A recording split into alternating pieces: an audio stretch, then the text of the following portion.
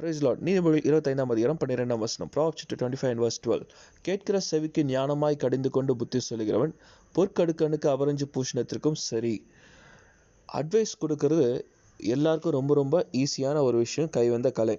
ஆனால் நம்ம கொடுக்குற அட்வைஸ் உண்மையாகவே நம்ம எதற்காக கொடுக்குறோம், யாருக்காக கொடுக்குறோமோ அவங்களுக்கு போய் சேர்ந்தால் மாத்திரம்தான் அது பிரயோஜனமாக இருக்கும்.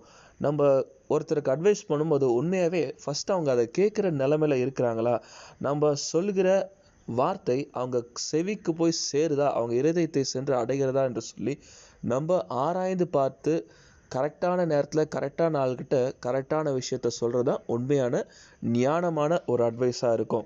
அதுதான் சொல்கிறாங்க, ஃபஸ்ட்டு நம்ம சொல்கிறதே அவங்க கேட்குறாங்களா. பொதுவாக ஒருத்தர் கோபமாக இருப்பாங்கன்னு சொன்னால் நம்ம கோபமாக இருக்கிற ஒருத்தர்கிட்ட போய் நீங்கள் நல்ல அட்வைஸை கொடுத்தாலும் நிச்சயமாக அவங்க காதில் அது விழவே விழாது. அவங்களுக்கு இன்னும் கோபத்தை அதிகரிக்குமே தவிர நம்ம சொல்கிற வார்த்தை அவங்க காதில் விழவே விழாது. அப்போது நம்ம எப்படி அதை ஞானமாய் சொல்ல வேண்டும் என்று சொல்லி நம்ம கற்றுக்கொள்ள வேண்டும்.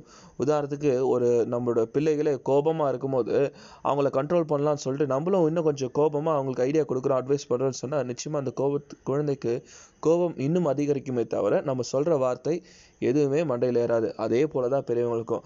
அதே போல் இன்னொரு விதத்தில் ஒருவேளை துக்கத்தோடு கூட இருக்கிறவங்க, வேறு வழி இல்லாமல் குழப்பத்தில் சிக்கி கொண்டு இருக்கிறவங்க ஆலோசனை கேட்கறதுக்கு நிச்சயமாக ரெடியாக இருப்பாங்க.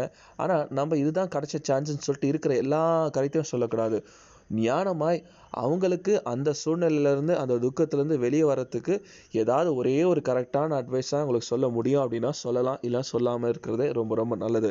அப்போது நம்ம இந்த அட்வைஸ் பண்ணுறதுல ரெண்டு முக்கியமான விஷயம் உண்டு. ஒன்று, நம்ம சொல்கிறதை ஃபஸ்ட்டு கேட்குற நிலைமையில் அவங்க இருக்கிறாங்களான்னு நம்ம யோசித்து ஞானமாய் செயல்படுறோம். அப்படி இல்லை அப்படின்னா அவங்க கேட்குற விதமாய் நம்ம காலத்திற்கு ஏற்ற மாதிரி, நேரத்திற்கு ஏற்ற மாதிரி, சூழ்நிலைக்கு ஏற்ற மாதிரி சொல்ல வேண்டிய விதத்திலே ஞானமாய் சொல்ல வேண்டிய ஒரு காரியத்தை மாத்திரம் சொன்னோன்னு சொன்னால் நிச்சயமாக அது அவங்களுக்கு பிரயோஜனமாக இருக்கும். நம்ம சான்ஸ் கிடைக்குதுன்னு சொல்லிட்டு ஒரு 10 விஷயம் 100 விஷயத்தை சொல்லி ஒருத்தருக்கு உதவி செய்யலான்னு ட்ரை பண்ணுறத விட தேவையான ஒரே ஒரு அட்வைஸை கரெக்டாக நம்ம ஞானமாய் கொடுப்போம்னு சொன்னால் நிச்சயமாக அது அவங்க காதுகளுக்கு போடப்பட்ட ஒரு பொற்கடுக்கனை போல் அவங்களுக்கு பிரயோஜனம் உள்ளதாக இருக்கும். இதை நம்ம உணர்ந்து கொள்வோம் என்று சொன்னால் நிச்சயமாய் ஆசீர்வதிக்கப்பட்டவர்களாக இருப்போம். நம்முடைய ஆலோசனையால் மற்றவர்களும் ஆசீர்வதிக்கப்பட்டவர்களாக இருப்பார்கள். Thank you and God bless you.